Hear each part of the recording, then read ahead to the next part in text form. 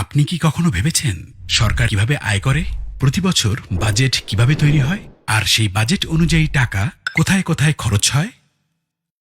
সরকারের আয় আসে আপনার দেয়া কর, বিদেশি অনুদান, ঋণ, আমাদের প্রবাসী হিরোদের পাঠানো রেমিটেন্স এবং সেবামূলক আয় থেকে। আর এই টাকা দেশের বিভিন্ন খাত ও প্রকল্পে ব্যয় করা হয়। যার সঠিক হিসাবটা জানা রাষ্ট্রের নাগরিক হিসাবে আপনার একটি অধিকার। বর্তমানে এই হিসাব জানার প্রক্রিয়া অনেক জটিল ও কঠিন। কিন্তু কেন বারবার আপনাকে এই বিষয়ে অন্ধকারে রাখা হয়? কারণ এই জটিলতাই দুর্নীতিবাজদের জন্য একটি নিরাপদ আশ্রয় তৈরি করে, আর অপরাধীরা থেকে যায় লোকচক্ষুর অন্তরালে। এবার সেই সমস্যার সমাধান হবে আমার টাকা আমার হিসাব নামের একটি অসাধারণ ডিজিটাল উদ্যোগের মাধ্যমে।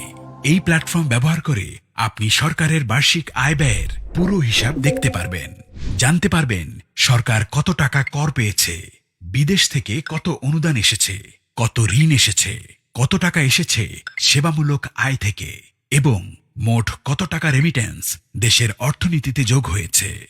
জানা যাবে সেই আয়ের টাকা কোন খাতে কোথায় কত খরচ হয়েছে এবং হচ্ছে।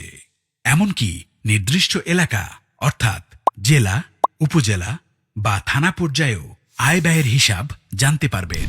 নির্দিষ্টভাবে কোন প্রকল্পে কত টাকা খরচ করা হয়েছে তাও জানা যাবে এই প্ল্যাটফর্ম ব্যবহার করে। এই প্ল্যাটফর্মের মাধ্যমে ব্যয়ের কোনো অসঙ্গতি চোখে পড়লে আপনি প্রশ্ন করতে পারবেন, প্রয়োজনে অভিযোগও জানাতে পারবেন।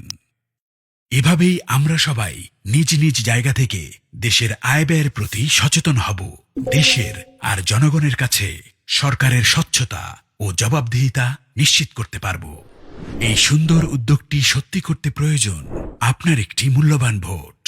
আগামী নির্বাচনে দাড়িপাল্লার পক্ষে দেয়া আপনার ভোটেই তৈরি হবে একটি দুর্নীতিমুক্ত সততার বাংলাদেশ।